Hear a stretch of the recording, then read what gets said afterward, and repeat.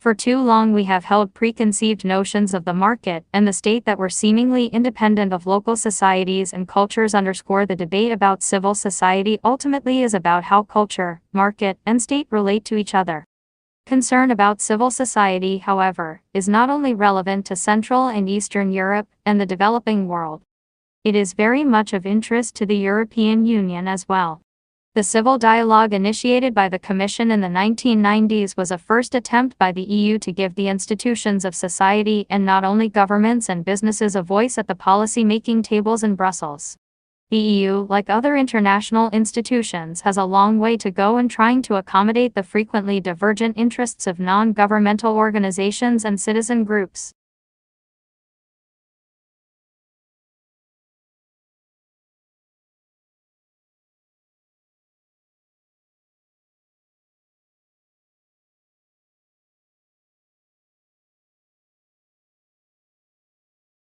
Learning to write well means discovering how to write plainly and clearly. Now that doesn't mean that plainness is the only good style, or that you should become a slave to spare, unadorned writing. Formality and ornateness have their place, and in competent hands complexity can carry us on a dizzying, breathtaking journey. But most students, most of the time, should strive to be sensibly simple, to develop a baseline style of short words, active verbs, and relatively simple sentences conveying clear actions or identities. It's faster, it makes arguments easier to follow, it increases the chances a busy reader will bother to pay attention, and it lets you center one more attention on your moments of rhetorical flourish, which I do not advise abandoning altogether.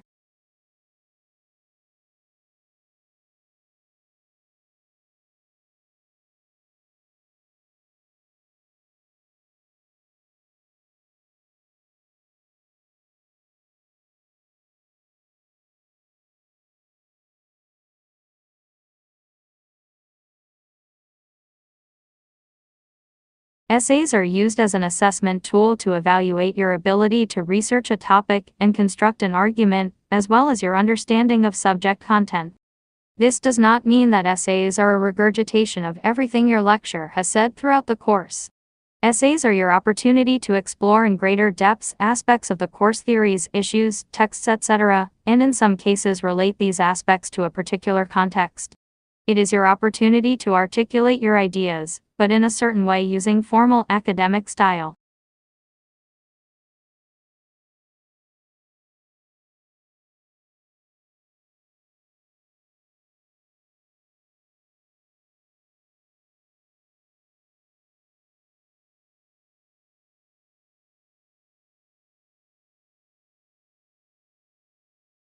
The book advances 5 fundamental and, in my view, fundamentally correct propositions.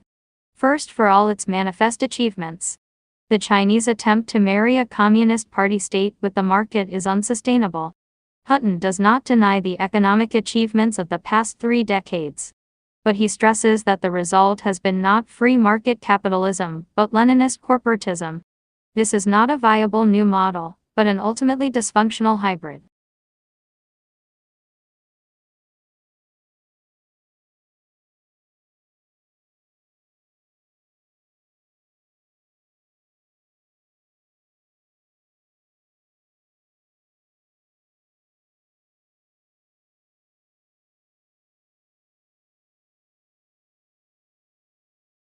In our studies, those people on a higher protein diet lost the same amount of weight as those on a higher carbohydrate diet.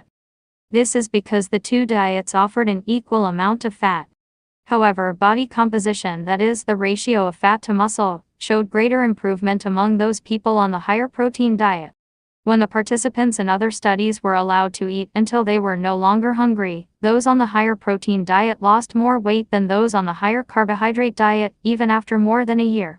The reduction in hunger and the beneficial effect on muscle provided by the higher protein diet is mostly related to its protein content, while the enhanced fat loss seems to be related to its lower amounts of carbohydrate. The diet is healthy because its protein comes from lean red meat, fish, chicken, and low-fat dairy products, all of which provide good nutrition.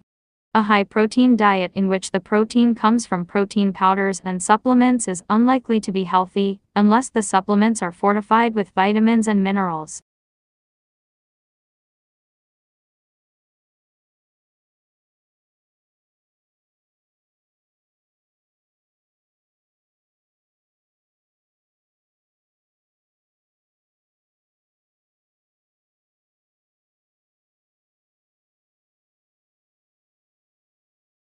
If you're choosing to use the random pairing or are letting the college choose your roommate for you, you'll probably have to fill out some kind of profile or questionnaire. These usually include things like, what time do you usually go to bed?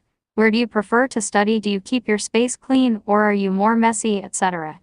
When you're answering these questions, be as honest as possible. If there's something you're dead set against, e.g., a roommate who smokes, you can mark that, and you will not be paired with someone who fits that criteria.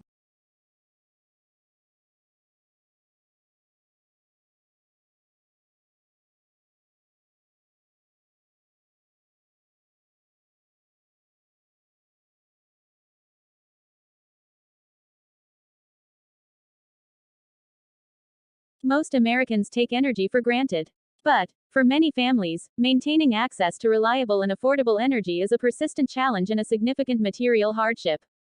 This is a problem referred to as energy insecurity, and it affects millions of American households each year.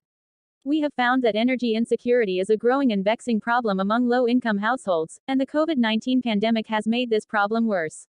Our analysis finds that there are disparities in rates of energy insecurity across various socio-demographic groups.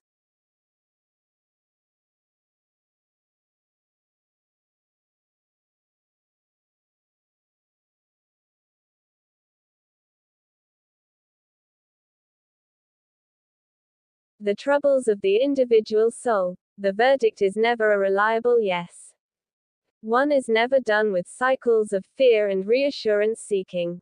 Every time their spirits sink, which is often, the self-doubting sufferer picks up their phone and begs to know whether they have permission to go on. If this might be us, we should grow curious about, and jealous of, people who are free. They are so because someone long ago settled the question of what they were worth and the answer has seemed solid ever since. Social media is a roar in the next valley, not a mob in their own mind.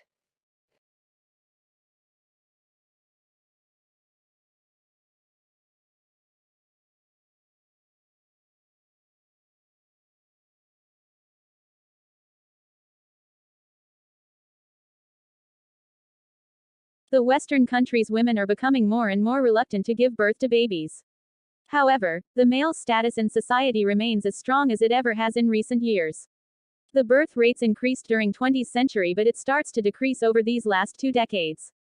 In the year 2000, as an example, the birth rate remained at around 1%.